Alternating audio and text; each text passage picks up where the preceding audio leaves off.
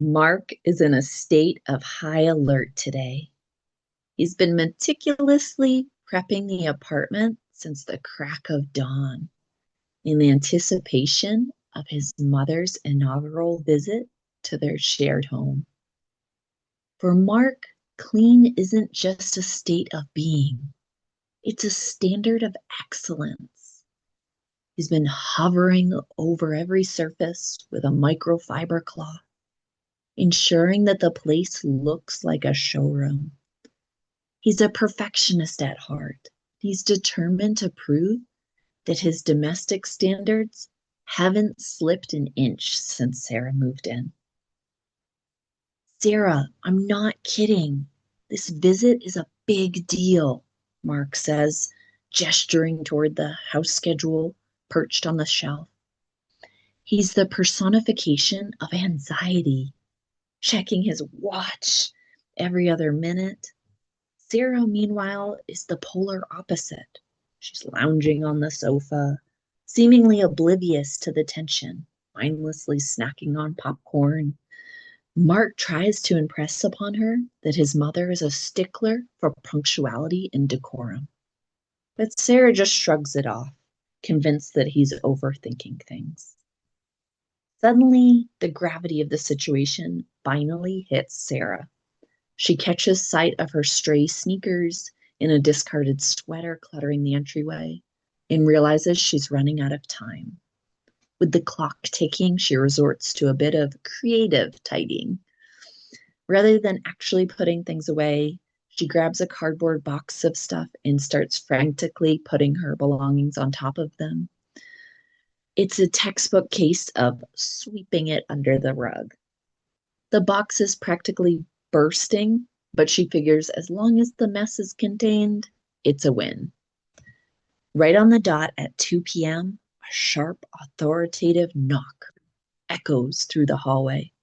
Mark practically bolts upright. He's the picture of nervous energy as he straightens his shirt and takes a deep, grounding breath.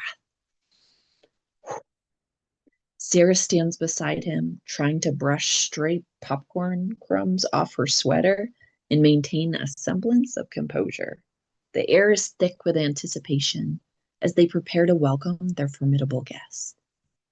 The door swings open to reveal Mrs. Miller, who looks every bit as imposing as Mark warned. She's impeccably dressed in a tan trench coat and her trademark pearls, and she doesn't lead with a warm embrace.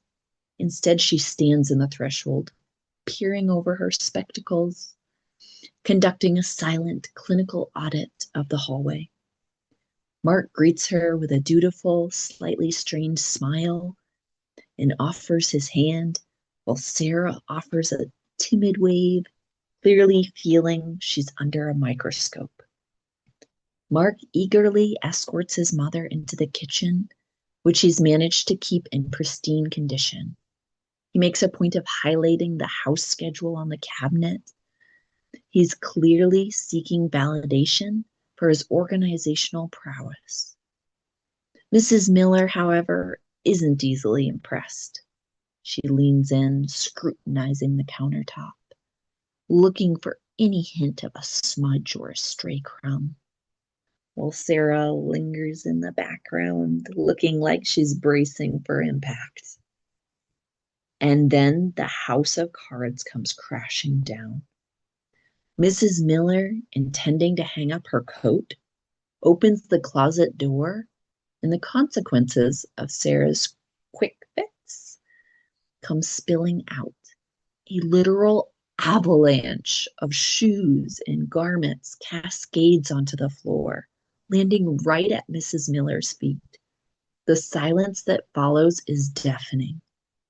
Mark looks absolutely mortified, while Sarah stands frozen, covering her mouth in a state of total embarrassment.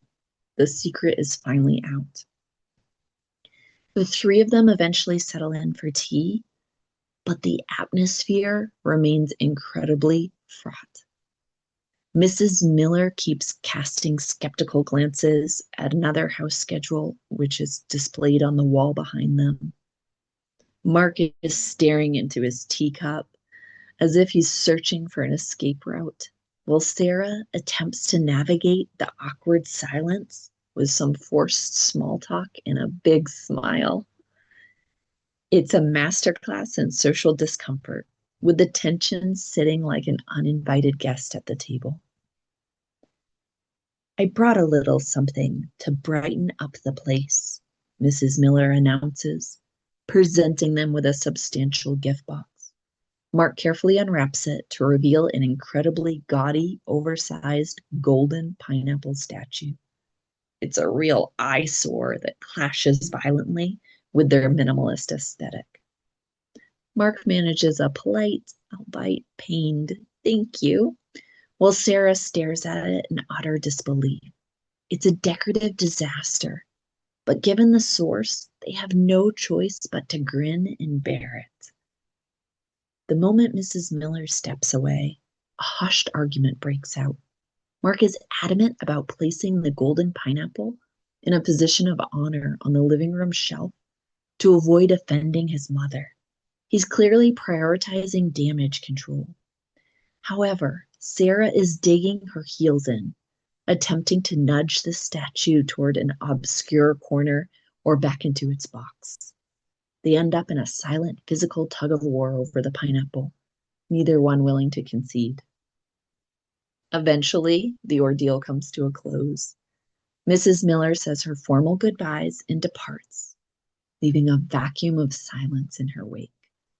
The instant the door clicks shut, the facade crumbles.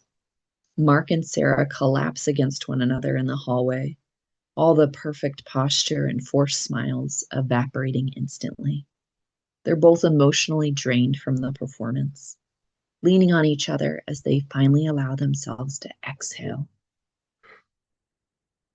Mark wanders back into the kitchen, takes the schedule off the wall, looks at the rigid set of rules, and then looks at Sarah, realizing that the pursuit of perfection had almost ruined the day. In a moment of quiet rebellion, he gathers up the paper and unceremoniously drops it into the trash. He catches Sarah's eye, and she laughs and offers a weary but genuine smile. She responds with an appreciative hug as well. The schedule might be gone, but the golden pineapple and their sanity remains. Well, that was certainly an exercise in walking on eggshells, wasn't it? I think we've all experienced that particular brand of anxiety when a guest, especially a parent, comes to visit and you feel like you're being graded on your lifestyle. I'd love to hear your thoughts in the comments. Have you ever had a golden pineapple moment when you received a gift that was, well, let's just say not your style? And how do you handle those high pressure visits? Are you a frantic cleaner like Sarah or a strategic planner like Mark? Drop a comment below and let's get a discussion going. If you found this lesson helpful for picking up some more nuanced advanced vocabulary and idioms, please give the video a like and subscribe to join our community. Thanks for joining me today for The Neighbor Next Door. I'll see you in the next episode for more English in Context. Take care.